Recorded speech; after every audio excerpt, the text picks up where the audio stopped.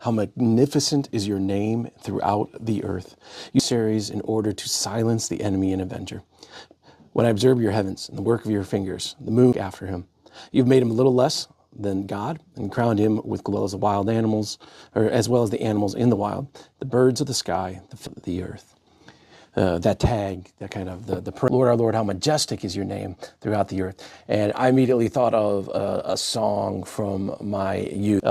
It's a song by that song in my head over and over again throughout the day after reading our God, and that name that has above every of Psalm 8 for the Bible Binge today, casting crown about who am I compared to all of this. But yet, look at what God does not doubt your value. He does not doubt your worth. He gave it all.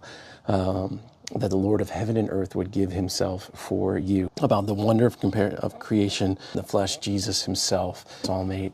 Read Mark 8 to the 4,000. I don't know if you can. And this was great when Mark this weekend.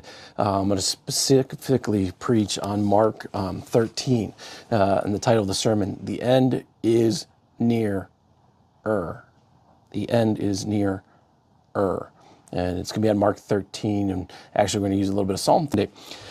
The bread, when the multiplication, and previously in the disciples getting concerned because they've only brought one to eat, and like, guys, if Jesus comes, you yet understand. And the truth is they don't, even when it sounds like they do. By faith, Peter will say, and to Mark here, you are the Messiah. And Jesus says, don't tell anybody.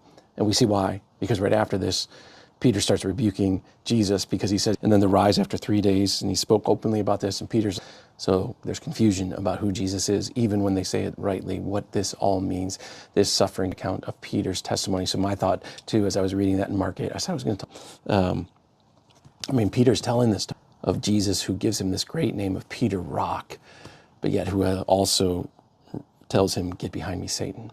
It must be hard to tell that story, but I'm glad he did. I'm glad in the worst parts of our story and the whole get behind me, Satan, that's where I tend to land. And so my prayer from that kind of, that change me, the question that we're asking these times, those 4 questions, teach me, fill me, change me, my own human concerns. I'm like Peter. And so forgive me.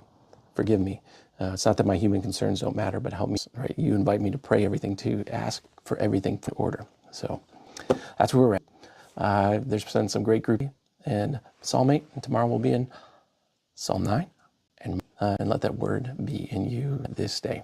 I'm going to drop those links down below for Sandy Patty's How Lord, Our Lord, read through the Psalms if you haven't done it yet, to reflect and connect.